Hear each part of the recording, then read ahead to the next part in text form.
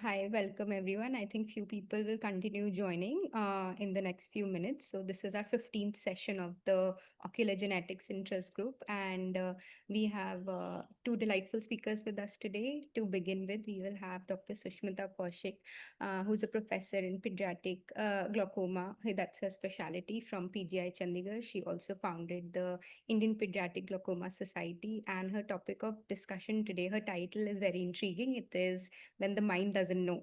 So over to you here from your mom. Yeah. Thank you so much. Thank you for the opportunity. This is something which I thought it's important to share. Is it visible? The slides are visible? Yes. Yeah, okay. So, yeah, the topic is intriguing because really this was a case where the mind didn't know. And we know a little bit, a teeny bit better now. So I thought it's important to share that. So this story starts with in Jan 25 this year, actually. So it's pretty recent. This 20-month-old boy is referred from pediatrics for the mother's complaint of noticing enlarged eyes for a few months. So in the past, he was a preterm child born at 32 weeks of gestation by cesarean section and required a NICU stay for a month. He had a history of inguinal hernia, and a herniatomy was done in September 23, for which he's under regular follow up. But the mother noted a growth retardation and developmental delay, so went back to pediatrics. They referred the child to the genetics clinic in November 24, where they suspected a Robinow syndrome or a Stickler's, and a whole exome sequence was ordered. And then they was referred to ophthalmology for large eyes, which was noticed by her parents for the month. And there was no significant family history. So with this story, when this child presents to us at 20 months, it's an irritable child, very difficult to even take pictures and examine, fixed and followed light. The pressures were actually 50 millimeters in both eyes on eye care. And there was ophthalmos in both eyes. You can see the axial length is right at the top of the normative graph. And the left eye in blue was more pronounced, and it also had harp striae. The axial length was, as I said, a little more than usual. So on the growth chart, we thought pretty much we are dealing with a primary congenital glaucoma. So we planned a bilateral gonioscopy-assisted transluminal trabeculotomy after the PSC and pediatric clearance. And the child was put on dorzolamide, timolol, and latanoprost for both eyes, and in an age-appropriate dose, in fact, on lower, because normally it's about 12 to 15 milligram. We gave very low dose, 10 milligram per kg in 3 divided doses, which was about 35 milligram per kg TID for a month because the pressures were really high. But the PSC was not cleared due to low hemoglobin, and he was prescribed Hematinix for 6 weeks.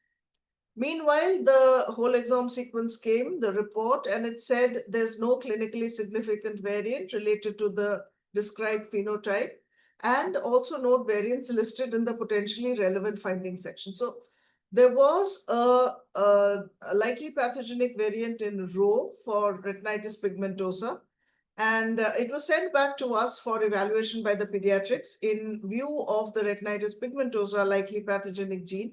But in the baby, there was no evidence of retinitis pigmentosa clinically. So anyway, we went ahead and awaited the PSC clearance. But in Feb, that's a month later, the child was brought to the pediatric emergency with vomiting, breathlessness, and lethargy. And on examination, the heart rate was 148 per minute, the respiratory rate was 44, acidotic, and the SpO2 was 98%. The Glasgow Coma scale was a little deranged, but there was increased tone and normal deep tendon reflexes, but no meningeal signs and no cranial nerve palsy. And on investigation, there was hypoglycemia, a metabolic acidosis, and hyperammonemia. So at this time, the child landed up in the pediatric ICU in a metabolic crisis. He was managed for his crisis by intravenous fluids, bicarbonate, sodium benzoate, mechanical ventilation, and antibiotics. So he required mechanical ventilation for his acute hyperammonemia. And for persistent metabolic acidosis and hyperammonemia while in the ICU on the ventilator, he also underwent peritoneal dialysis for 24 hours to wash out all that acid in the blood. He recovered from this metabolic crisis after 5 days of ICU care. So now he comes back and eureka and oops, because the pediatrics person now relooks the whole exome sequence and finds a deficiency of carbonic anhydrase 5A, now CA5A deficiency, a likely pathogenic variant, and it shows that there's hyperammonemia due to carbonic anhydrase 5A deficiency. Now, this was listed as an incidental finding, which possibly initially was not even looked for. And therefore, the hyperammonemia and metabolic decompensation was now understood to be due to the underlying carbonic 5A deficiency, which was worsened because we also gave acetazolamide. He was discharged after a hospital stay of 8 days to avoid all of these drugs, which might cause a problem and requires carbonic anhydrase for the metabolism. And a sick day emergency plan was provided to the family as to any time that these things happen, you have to come back. By then, the PSC was cleared, GAT was done, and the IOP was still 42-41 with significant haze. You can see in the left eye, but the child was otherwise seemed healthy. And since it was cleared, because we said that there's no way that we can't do the surgery, so they did clear it under increased metabolic risk, explaining to the parents that it's just has to be given and the surgery needs to be done. So then on EUA, on the 19th, when we wanted to do it, you can see that the eye has started becoming congested again. We did a bilateral GAT. You can see these HARS striae in both eyes, and the angles are very hazily seen, but we could do a GAT through this hazy cornea as well. And again, the axial length was high and the cup to disc ratio was very glaucomatous. So there was no doubt that he did have primary congenital glaucoma, but he also had an underlying carbonic anhydrase 5A deficiency. So on post-op day 1, the pressures were digitally normal. He was kept off anti-glaucoma medications, and the cornea cleared and the AC was well formed. And this is 2 months, just last week in July, the cornea is clearer. The pressures on the eye care are 16 and 18, and systemically the child is healthy, and we know what not to give him now. So he's also underwent, he's underwent the EUA. You can see the cornea is completely clear and the HARS ray is now clearly visible. You can see the angles, which are much clearer now after the surgery. And the AC is normal, the GAT cleft was visible, and the axial length stabilized. So far, so good. And these were the disc photographs. So you can see reasonable rim. It was worse at presentation. It was about 0.8 in both eyes. So there is a bit of disc reversal as well. And we hope he'll do well now that both eye surgery has been done.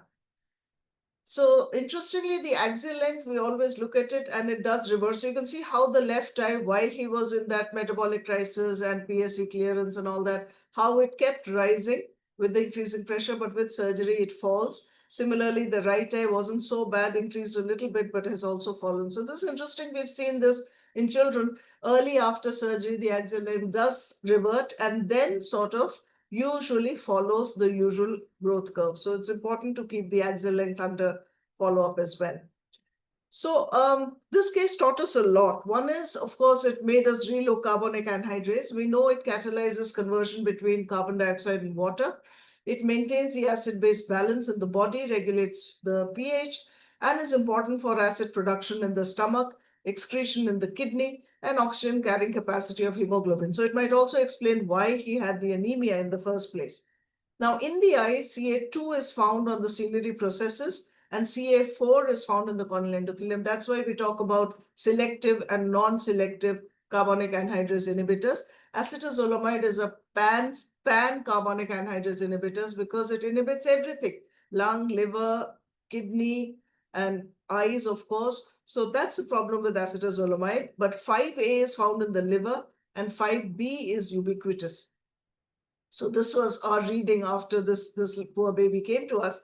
Now, carbonic anhydrase 5A deficiency, which he has, presents with hyperammonemic encephalopathy, the lethargy, feeding intolerance, failure to gain weight, tachypnea, and seizures. Now, this is what the mother came with initially when it wasn't recognized that this could be part of the CA5 because it's so rare that nobody thinks about it. they can have respiratory alkalosis and metabolic acidosis. Till date, we've really scoured literature. 45 affected individuals have been reported, out of which 18 are in one paper from one tribe in the Arabian Peninsula. So apart from that 18 paper, you can see how many less people are, and all of them are reported and reported on genetics. So very few, or none rather, have been actually detected clinically. It's only after the genetics reports have started coming in that people are understanding. And interestingly, none of these reports says any of them had glaucoma.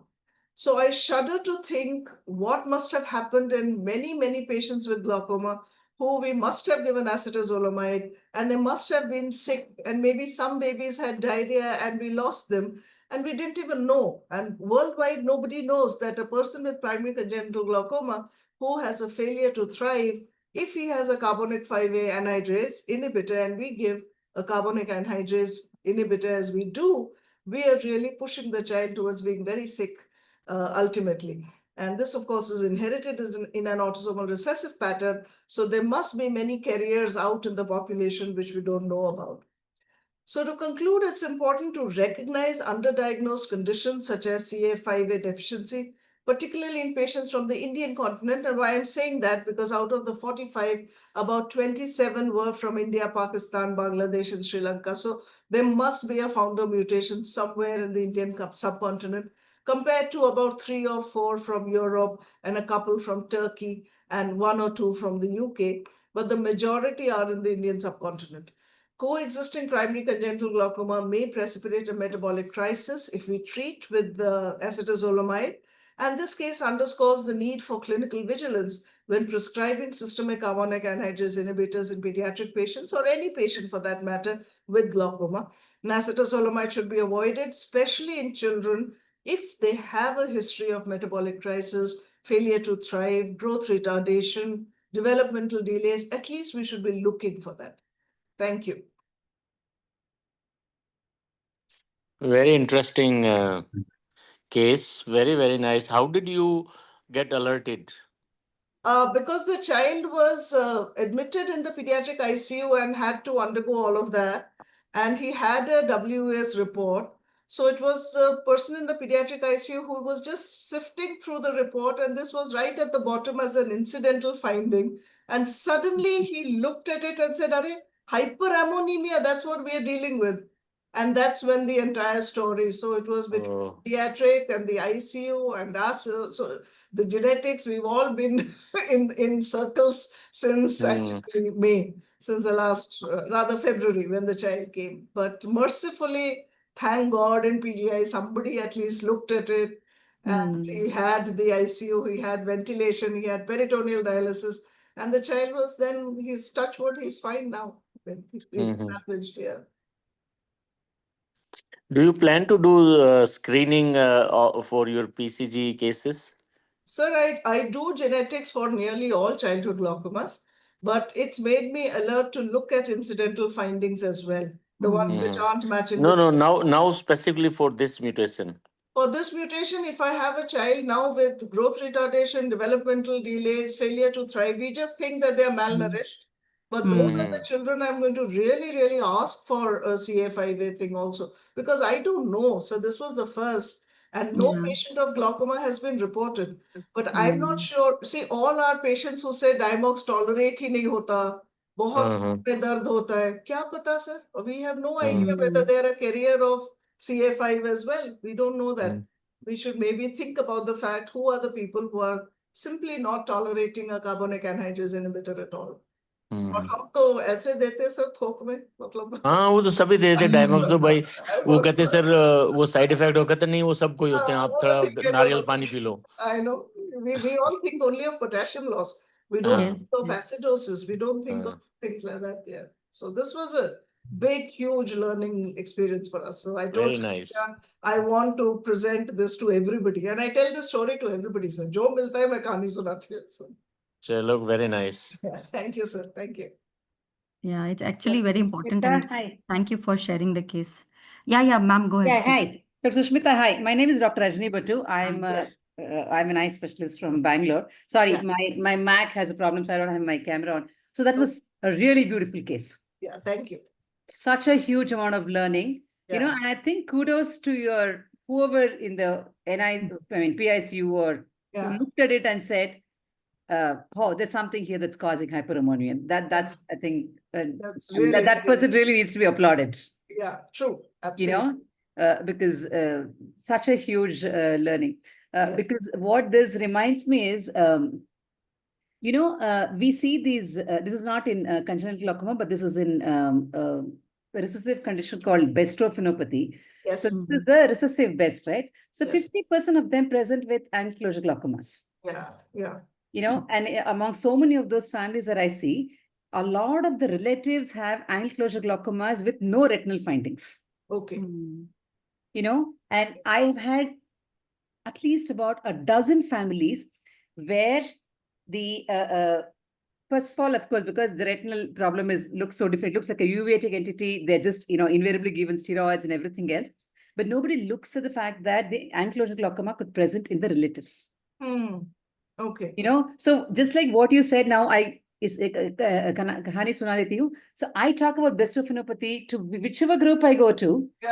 Because I have several, you know, glaucomas, especially who subsequently come to me and say, "Oh my God, this was bestrophinopathy. I never realized."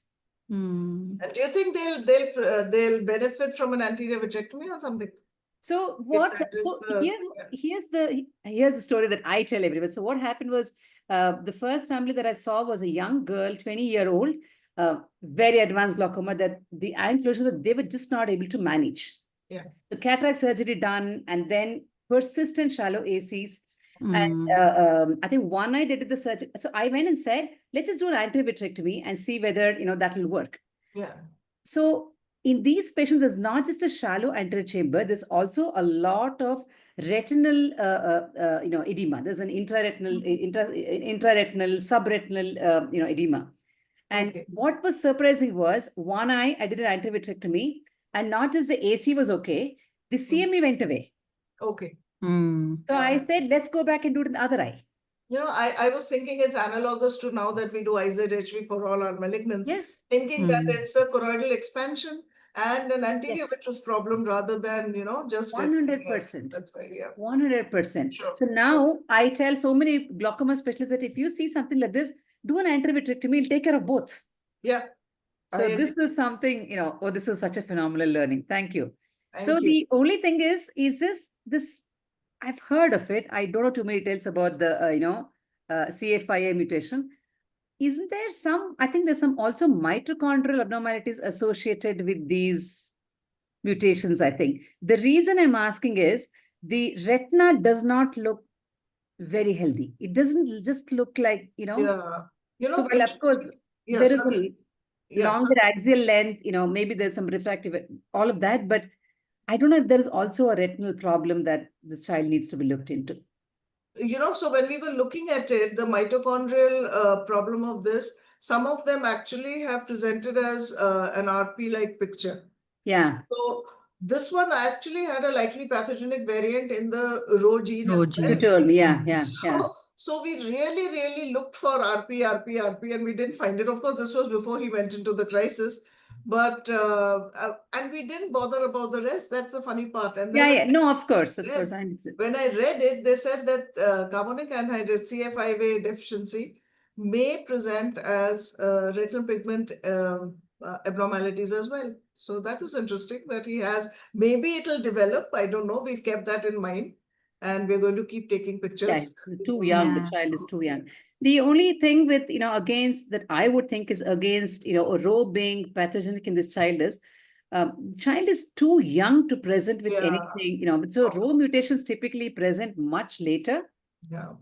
Of course, we picked up the disease because of some other association. You know, the sooner, the earliest possibility that you can, probably you should do an OCT to look at the macula. Okay. Because that will give you some idea of whether, you know, there is a possibility of, you know, a retinal abnormality. Although, like I said, Rho presents much later. I don't think you'll have any RP-like features now. But the retina does not seem completely normal. So that was my concern with. Thank you so much for this lesson. Yeah. Yeah, so is it more tessellated than what it should be at that axial Yeah, length? he's also more myope than I would expect for the axial length. It's exactly what I'm saying. That looks like That's a minus highly 8%. myopic fundus. Yeah, a highly myopic, which is Yes. not it's not commensurate with just the axial bit. So that's something which we didn't understand. I made the optom and under GA, so when we did the UA this time, but I can't explain the -7, -9 myopia with an axial length of just 23 and 24, and the lens being, that's why I've specifically looked at the lens thickness, which is normal. So, and the Yeah, that's what I noticed, that your Yeah. axial length is not axial way length is too okay. beyond. The Yeah. keratometry is not this thing, Yeah. it's about 45, 47.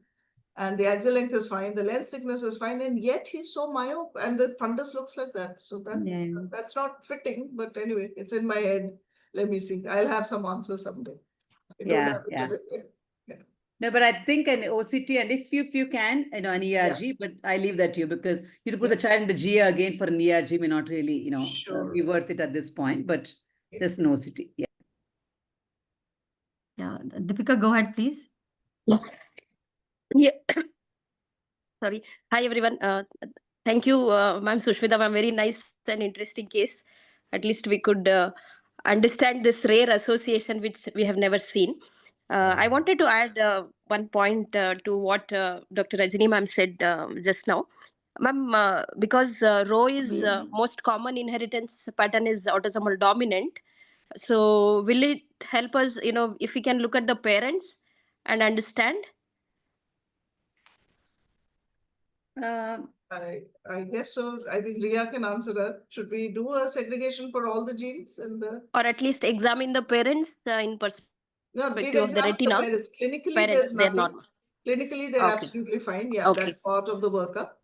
But I mean, we would like to do a segregation. I was thinking of CA5A because if they're carriers, I can tell them. But yeah, yes, we can do the Yeah. role. Right. Okay. And RHO can also cause, apart from RP, I think it can also cause the autosomal dominant stationary night blindness. So we don't know which entity, which the mutation which is carrying the heterozygous likely pathogenic one. We don't know. But yeah, definitely we cannot ignore in perspective of what happened with the carbonic anhydrase pathogenic variant. Okay. Yeah, and it's in our mind, which is what Diksha Retna person said, that ma'am, it's a little too early, exactly as Dr. Rajini was saying, but we're certainly not going to lose track of this kid, and the parents are going to keep coming back to us. We know that, so we are going to keep a tracker. Whenever we can do an ERG, possibly we will try that. That's No, especially with your anesthesia risk for a child who already has these I things. know. I I mean, would don't say ask. hold on to the ERG. Yeah. Don't Yeah, ask. I you mean, don't want. we're holding on to everything. The Yes. anesthetist is like, my God, they were so scared. I'm sure. Yeah, of course.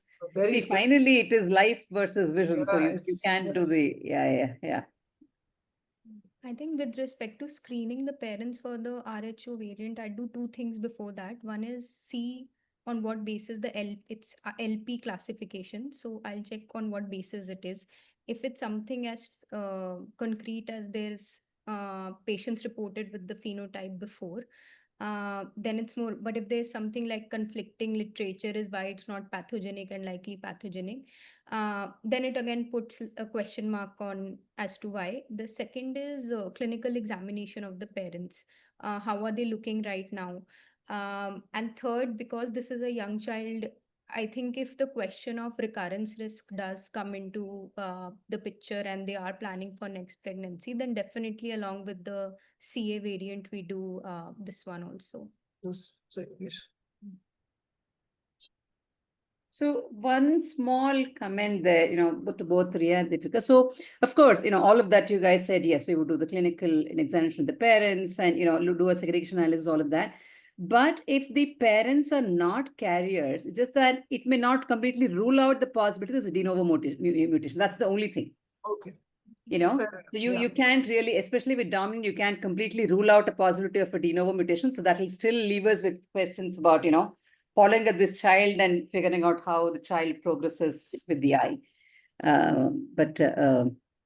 Yeah, so let's keep our fingers crossed that child has one morbidity. Let's pray the child does not have another one. We don't want another, so Okay, so if we don't have any other questions, thank you, ma'am. That was a great case, and we have a lot to take back from it. And now we move on to Dr. Shailja Tibrewal's case. I am introducing her for the fifth or the nth time now on this forum. Then don't do. Okay, she is a pediatric ophthalmologist at Dr. Shroff Charity Eye Hospital who's taking our Ocular Genetics, our Center for Unknown and Rare Eye Diseases, forward with us. And the topic of her discussion today is rewriting the diagnosis, the power of reanalyzing sequencing. So over to you. Yeah, thank you, Ria. And great case, Dr. Sushmita. It's difficult to match up to that level. And my case is again something which made me learn about genetics and patient counseling and reading the reports. I'm glad that there are retina people here, so they have to, guide me through this. And if there is a mistake, then please pardon me and please correct me anytime when I'm wrong. So this is a pediatric retina case. Can you see my screen? I think it will, yeah. You can see your screen. Yeah. So this child presented to us in the clinic with a genetic report in hand, and they wanted to seek guidance on the diagnosis and future prospects of gene therapy. Actually, they were referred to us by one of our colleagues, staff in our lab, stem cell lab. And she suggested, they have some genetic disease, so why don't you just counsel them and see what can be done for it? Is there a treatment or something? So this clinical exome sequencing was performed at 7 years of age, and it revealed a PROM1 gene in gene variant in the exon 10, and it was a heterozygous mutation with was seen in autosomal dominant and autosomal recessive variants of cone rod dystrophy type 12, and in autosomal dominant of Stargardt disease 4.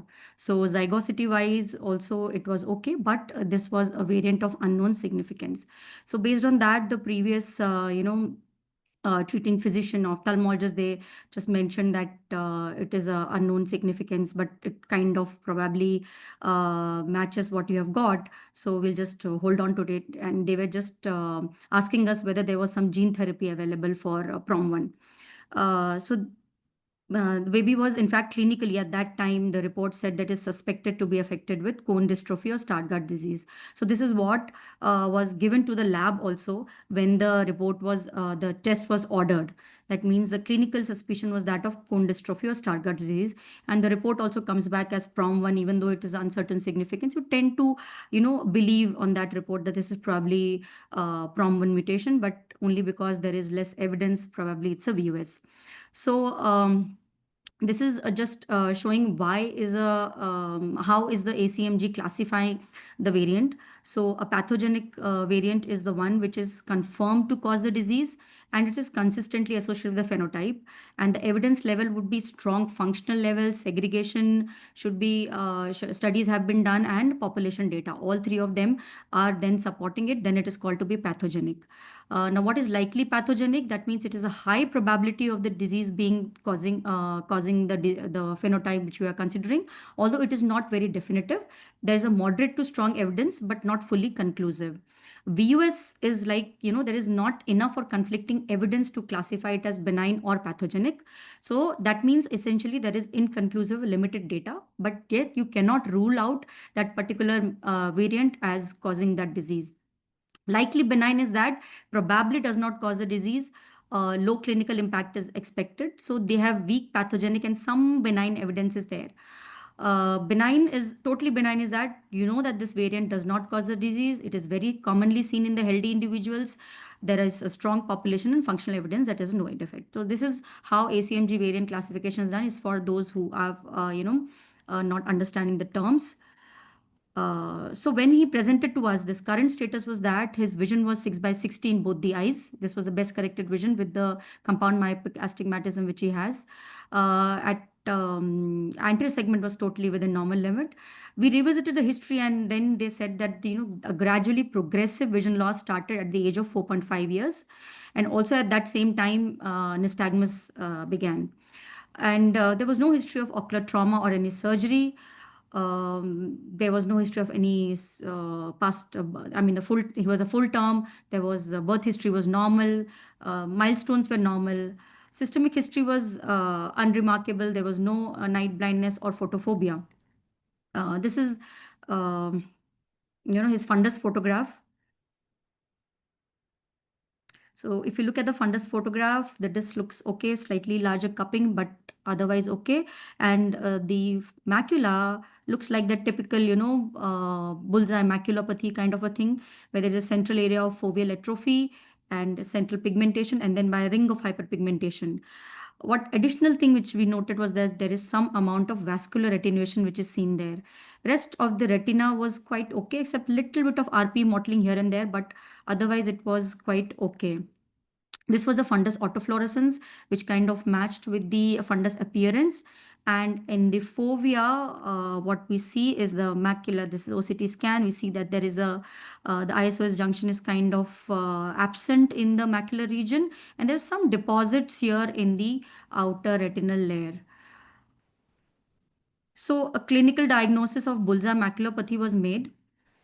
I will not go into the very much details of bullseye maculopathy, but these are some of the common differentials. Drug toxicities like chloroquine and hydrochloroquine, inherited dystrophies, mainly the cone dystrophy or rod cone dystrophy, Stargardt, in which there would be Stargardt's disease. There could be benign concentric annular macular dystrophy, then also Batten's disease or ceroid lipofuscinosis, and Leigh disease. So these are some of the differential diagnoses.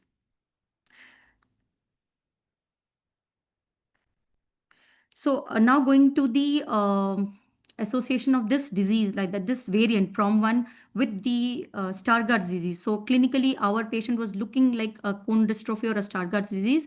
So now we'll just dwell deeper into the PROM1 gene. So if you see the Stargardt's disease caused Stargardt's disease 1, 3, and 4. If you see the 1 is basically the one which we call due to the ABCA4 gene, which is the autosomal recessive variety. The autosomal dominant variety caused by the ELOVL4 gene causes Stargardt's disease 3, and the PROM1 gene in question, which is here, causes the Stargardt's disease 4. And if you see the PROM1 gene is also associated with macular dystrophy, bullseye maculopathy, cone rod dystrophy, and RP. So this kind of fits into again the first report that the patient has, and we were also convinced by looking at it that this probably could be just a VUS because it is not having much of evidence there, but it's fitting our phenotype. So these are just some of the pictures of the Stargardt's disease. So our patient does not have the typical flex there, but in PROM1 disease causing Stargardt's disease, the flex may be less as compared to the ABCA4 gene. Now, look, coming back to the patient's photograph here, we agree with that. This looks like a bullseye maculopathy. We agree with that, the autofluorescence and the OCT. That was just shown to again come back to the cone rod dystrophy. Now coming to the second disease which was mentioned in the report, which is cone rod dystrophy number 12. So here also it looks like looks like a bullseye maculopathy. There is foveal atrophy here. Only thing which is different from our patient was that we see some kind of deposition in the outer retina, which is not present in this, as well as the PROM1 mutations which have been reported before. So now one more thing which came into our notice when the patient came to us was that when we probed deeper, the patient mentioned that the child also has progressive hearing loss. And this was again since 2021, and they had missed it on the initial, missed saying it to the ophthalmologist initially when they had presented to their first ophthalmologist. And even the pure tone audiometry showed mild hearing loss. So now we were thinking whether this hearing loss has some association with the gene which has been reported. We tried to search a lot, and the PROM1 gene, or the PROM1 gene causing both the cone rod dystrophy or the Stargardt's disease, none of them has been reported to have a hearing loss. So we're thinking whether this is a new additional finding in that, or there is something else. So when we Shailja, look can I at stop you for a moment yes, and ask you a yes, question? please, yes. No, so when you say from one, so because you only found one VUS, right? You didn't. So typically from one, of course, it can cause an autosomal dominant, which is a much rarer, association. What is Yeah. prominent is a recessive form of PROM1. It is not the dominant form of PROM1 that causes. See, in Stargardt's, ELOVL4, that causes a dominant Stargardt's, right? Yeah. Your PROM1 is a recessive mutation, typically. Okay. So, But it can cause autosomal dominant also. I know, but is the presentation this early? Typically, in PROM1 related a dominant mutation, the presentation is a little later. It's not this early, and because that's a significant, macular atrophy, isn't it? Yes, yes. So the child has had at 7 years of age, if the child has had a analysis, the child is now 12. That's a significant. So even if you look at early onset Stargardt, of course, it's a lot more severe, no doubt, but that's a lot of macular atrophy for, a PROM1 associated dominant cone rod dystrophy. Okay. And what about cone rod dystrophy 12? 12 is what? What mutation is that? Sorry, I'm not great with numbers. What mutation is 12? Cone rod dystrophy 12? The same PROM1 gene is also associated with cone rod dystrophy type 12. So even there, it is not this early a presentation. Just that fact, I think, should sort of, raise a query that we are looking for something else. Okay. So the other question is, if you find one, do you typically do anything else? Do you look at, do you look at an intronic? Do you look at deletions? What do you do? Because this is not a dominant presentation at all. So there's something that we are missing there. So this itself, we should have sort of, this is what I would, of course, see on retrospect, it's easy for me now to say because you found something else. But anyway, thank you. Yeah, go ahead. Sorry for the interruption. Yeah. No, please interrupt me if I'm wrong anywhere, because that's why these webinars are kept, so that all of us can Thank learn. you. Yeah. So then we looked at, okay, fine, which are the retinal dystrophies which are associated with hearing loss. So the first one comes up is Usher syndrome. So Usher syndrome, here how the retina looks like more like an RP-like retinal dystrophy, which was not present in our case. So we thought maybe it's not that. Then the second one comes is the PRS deficiency, phosphoribosyl pyrophosphate synthase deficiency. It is an X-linked disorder. And again, the picture is somewhere like a combined rod cone dystrophy could be there in our patient, but X-linked was slightly going against it. Then there are LRP2 mutations, which again may have like a combined rod cone dystrophy with predominantly rod, rods are affected more. The child did not have any nyctalopia, as mentioned before. Then there are some very rare AGBL2, L5, PRPH2, again RP-like retinal dystrophy. There could be rubella retinopathy with hearing loss, which was definitely ruled out by questioning the patient.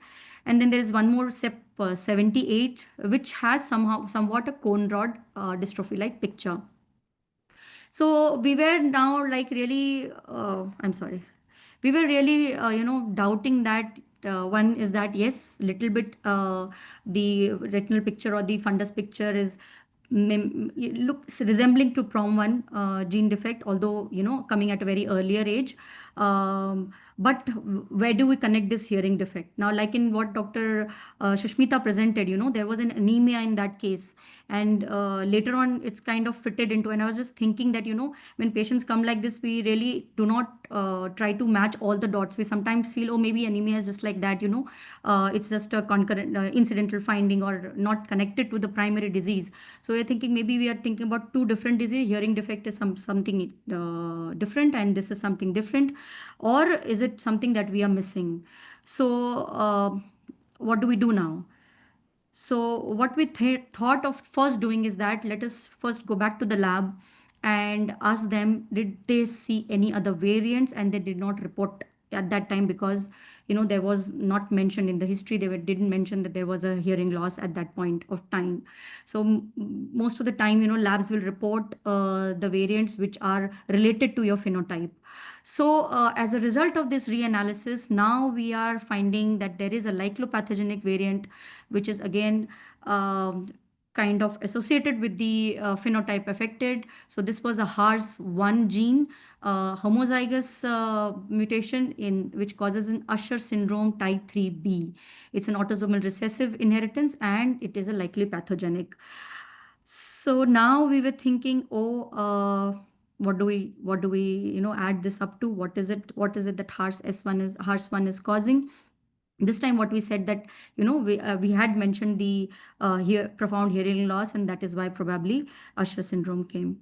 So if we look at the pedigree now and dwell and you ask deeper into the history of the patient's family, there is actually one family member who also has a history of a hearing impairment.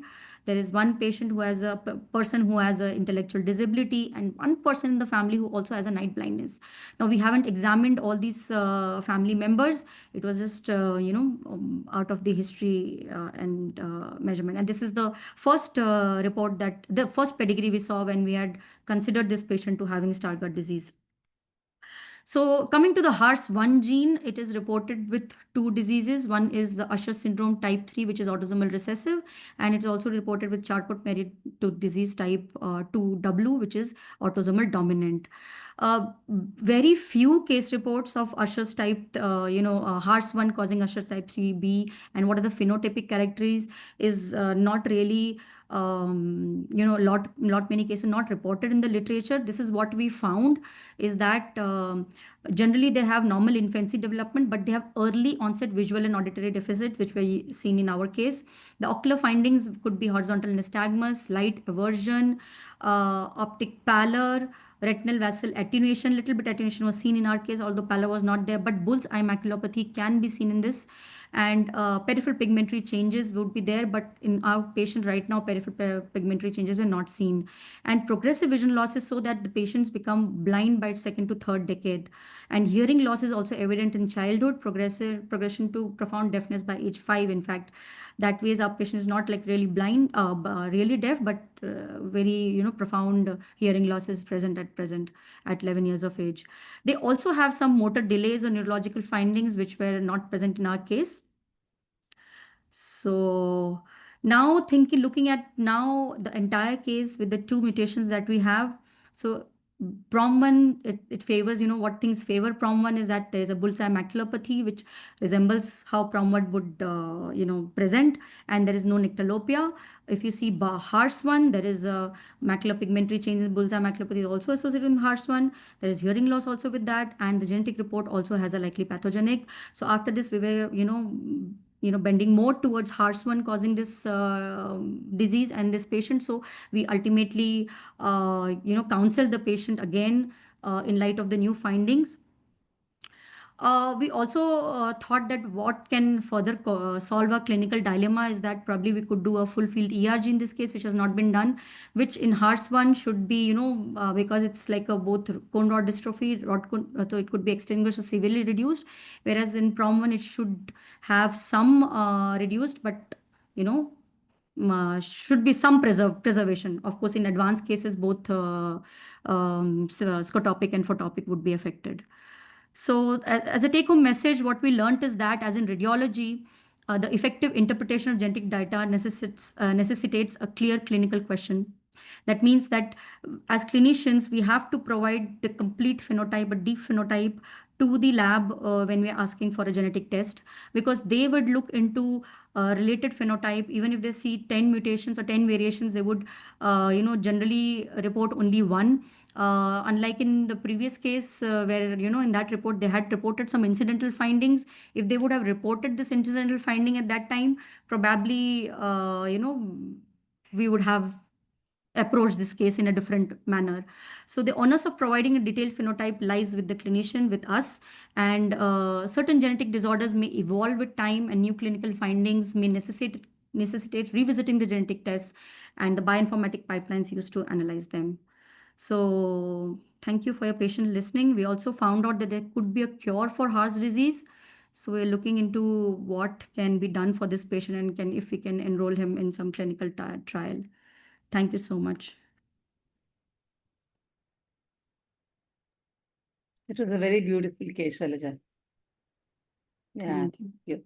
So one of the things that I have learned to do, because I've also burnt my fingers obviously several times, is if I now have a child whom I'm going to ask for a genetic testing, I will always ask for a pediatric opinion.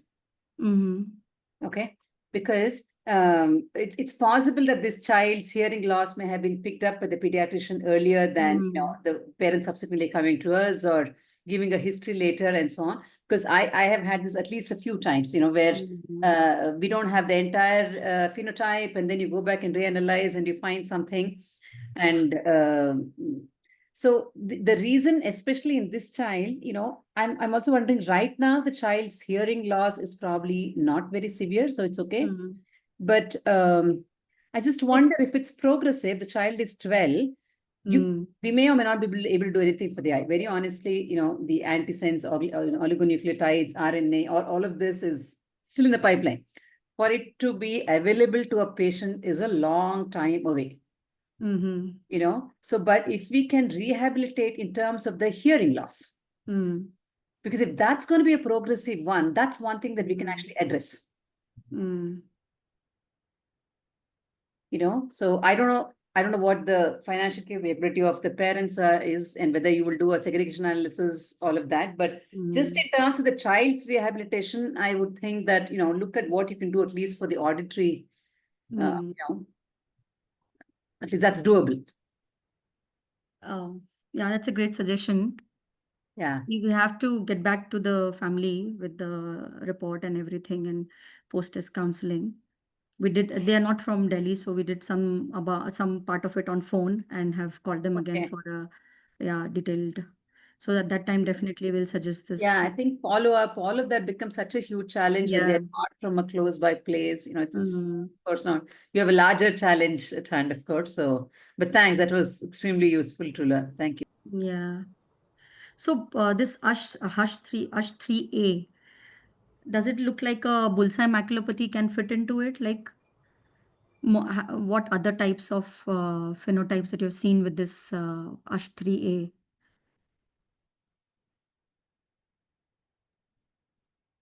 I think whatever I don't know if honestly I can't recollect if I've specifically seen an USH3A, but most of them are the RP RP-like cell that we see, right?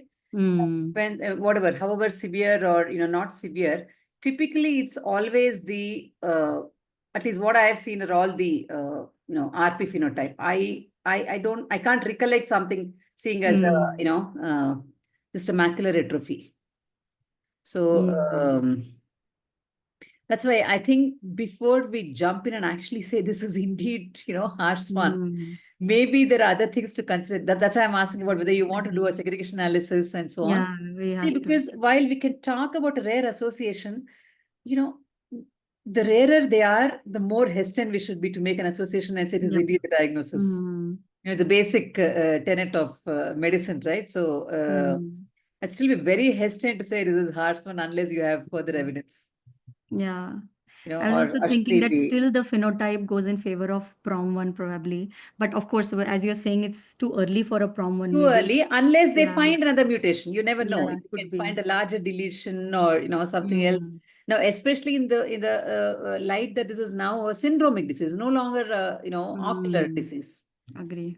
It's a syndromic disease. So I think we just need to work this child up a little more. Probably send it across to a clinical geneticist who will look at everything.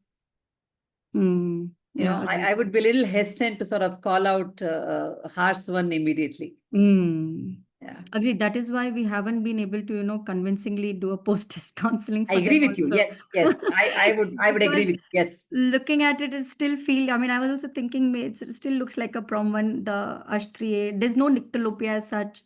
I don't know what we are dealing with, anyways. But still, if you look at the hearing loss, if you put all the things together, looks more in favor of a HARS1. But we'll but definitely do a segregation. Ashriya definitely is a RP like. So there are some RP like phenotypes. Let's say I'll also agree, because I do agree there's some bit of arterial attenuation and so on. Probably do an ERG, and if it shows you rod cone, whatever. Yeah, kind of a function. pattern, yeah. Yeah, pattern that may go in favor of maybe just if once a child is well, right? So you can probably do a fields and just get a little more idea of the phenotype to understand if it's indeed an RP like feature, because we know enough RP that presents with no typical features and which will present you with macular features. Yes. Because this could still be a retinitis pigmentosa. Yep, agreed. Yeah? So that's then you would definitely go into. Sorry, I'm going to let someone else speak. No. Yeah, I think Tanmay, you want to speak? Yeah, excellent cases, Dr. Sushmita and Dr. Shailja. I have a very basic question. Like, if you get a homozygous mutation, whether a pathogenic or likely pathogenic or even a VUS, do you get a segregation analysis done? For a compound heterozygous, I would understand, because we are not sure if the mutations are in cis or trans. But a homozygous one, do you always get a segregation analysis, or is it always recommended to get a segregation analysis done? Because generally homozygous, they find the peaks on two separate alleles. That's what the lab has told me. So it's not always necessary. But what is your recommendation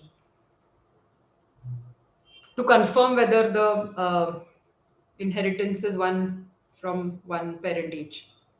Hello. Is it really necessary? I don't know who's is someone answering that? Yeah. Yes. I'm Maitri. I'm a genetic counselor from Ahmedabad. Yes, Hi. Yes. Excellent cases. Really enjoyed the session.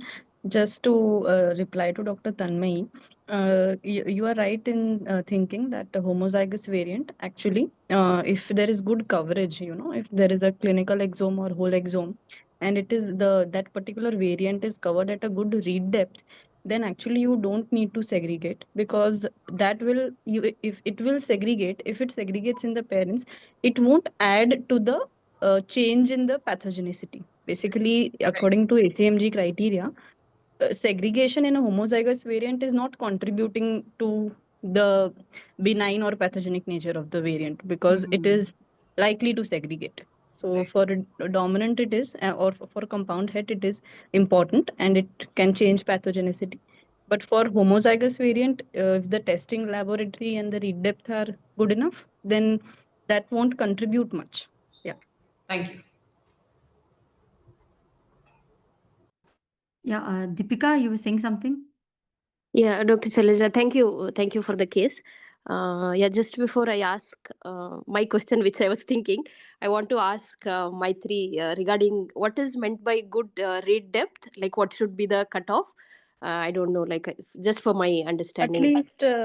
At least 80 to 100x. Okay. Yeah, Okay. and all the reads, because if it's homozygous, all the reads will show that the alternative variant or the nucleotide which is changed is there in all the reads. If it is heterozygous, it will be there in up to 50% of the reads. 50% will be wild type. But in homozygous, everything. So yeah, for exome, it is usually 80 to 100x.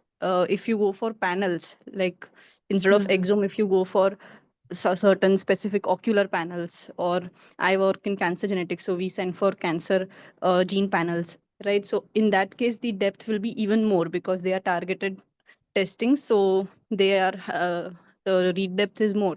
So the more the better, basically, but 80 to 100x I would say is good coverage. The And where do you look for the reduces depth in the as we go for broader panels?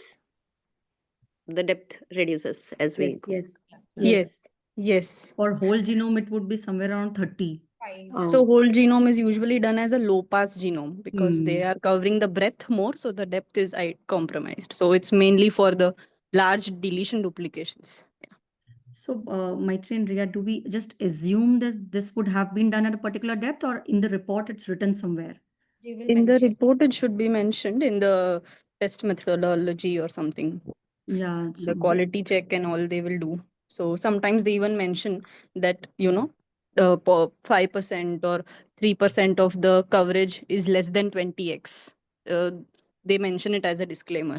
This much region has been covered at a low depth, so be cautious, like that. They do mention along with the beside the variant also, right? It is the same one which they, Yes, so when they report the variant homozygosity, Oftentimes they everything. do, but if they Ah, don't, okay. heterozygous, if it is written, you can just check in the report Check. also, or you can maybe just ask also in case of doubt. Okay, okay. Thank you. Just going back to my quick question, ma'am, Rajani ma'am, if it was autosomal recessive, like if the report had Yeah. homozygous or compound heterozygous PROM1, you mean that we will still consider PROM1 in that case, autosomal recessive? Possibly, Because isn't it is it? Yeah, I mean, okay. Okay, it's yeah. see, for you to have a, let's say, a compound heterozygous, of course, you'll do a segregation analysis, but for you to have two mutations sitting there, especially in homozygous one, and it not being pathogenic, is quite unlikely, isn't it, Deepika? You know, Yes, so that's the yes, reason ma'am. it's And easier to call out variants when they are recessive, as this is indeed the causative mutation. Whereas in all of this, you know, either in a compound het or if it's, you know, dominant, definitely it's not very easy. And in a situation like this, where they're sort of sitting on the fence, then, you know, even clinically, we are sort of, you know, unsure because the presentation is so varied. okay, okay, ma'am. Just that the finding only one variant and PROM1 with the phenotype is not matching in this Correct, case. absolutely, Okay, yes, okay, right, yeah, okay, yeah. okay, okay, ma'am. Thank you. I just want to just highlight what ma'am just said regarding Usher syndrome, because recently I just saw a patient who is 24-year-old who Okay. had CDH23 and Usher syndrome, I think type D it is. Okay. Unfortunately, he was not rehabilitated for the hearing loss. Now he's deaf, he's dumb, the speech is not developed, and he's losing the vision. Now he's training on the tactile sensation, but it is very hard to see those cases at a later Yes. ages, like 25, 30, Of course. because they're going to lose the vision. They are the, they tug you to your heart. It's Yes, really hard to see this yes, patient. ma'am. Yeah, Yes. Yeah. True. Agree. Losing Yeah. both the senses, it's very tough. So I remember while I was training, you know, in Moorfields, there is of course a universal, you know, hearing screening that happens, and any baby that is detected to have bilateral hearing loss, irrespective of the cause, a lot of them will end up with the diagnosis of Usher's later.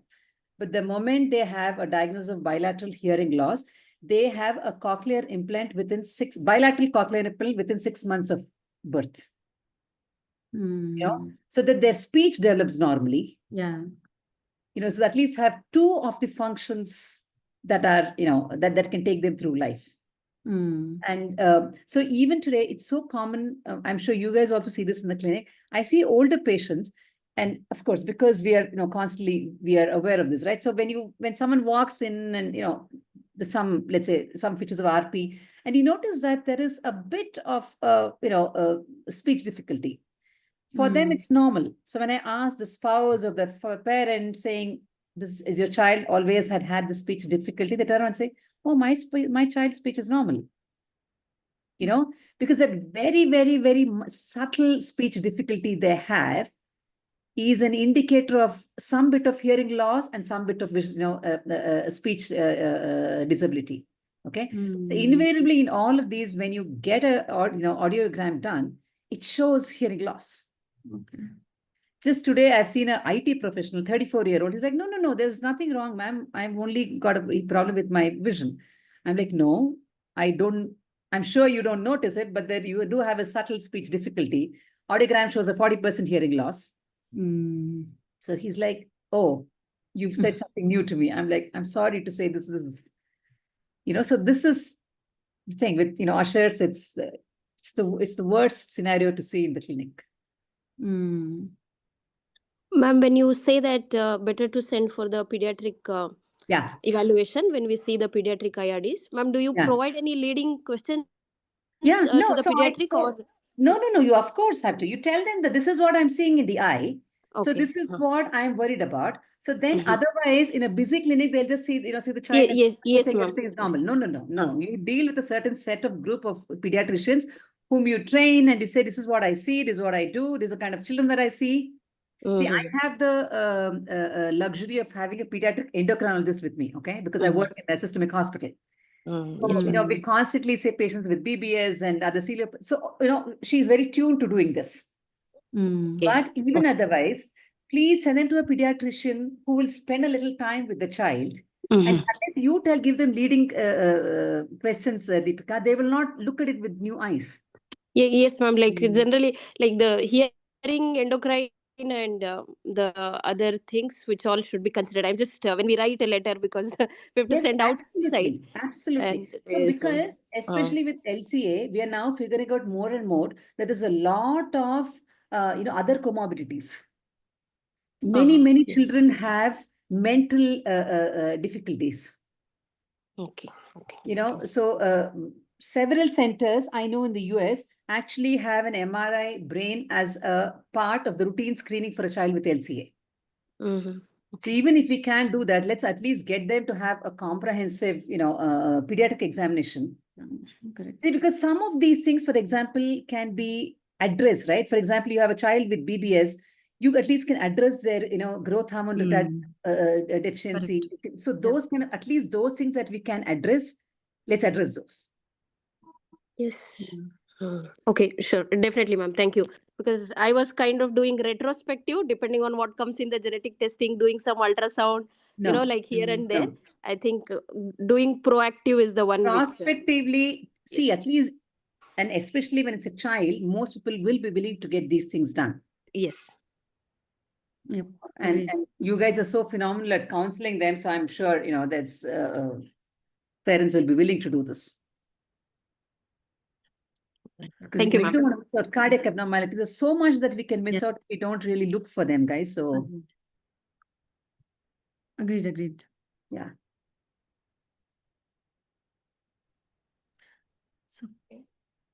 So thank you, everyone. If there are no more questions, we've had two great cases today. Thank you, Sushmita ma'am. Thank you, Dr. Shailja. And we will meet again next month. Next month is also SJS Awareness Month. So we have some activities planned around it, which we will keep posting you about in the OGIG group as well. With some patient camps at Dr. Shroff's and Dr. Sangwan and Dr. Mehek will be taking over our next OGIG session with Stephen Johnson syndrome as the topic of discussion, where Dr. Sangwan will shed light on the clinical aspects and his patients. And Dr. Mehek will cover about the pathophysiology and the molecular mechanisms of it. So we'll see you all there. Thank you to the speakers again for today. Yes, after glaucoma and retina, we have cornea coming up. Brilliant. Okay. I love this. Thank you so much, guys. Thank you, really. Thank you, everyone. Thank you Thank for you. your Bye. input, Bye. Dr. Bhattu. Thank you, Deepika. Thank you, everyone. Bye.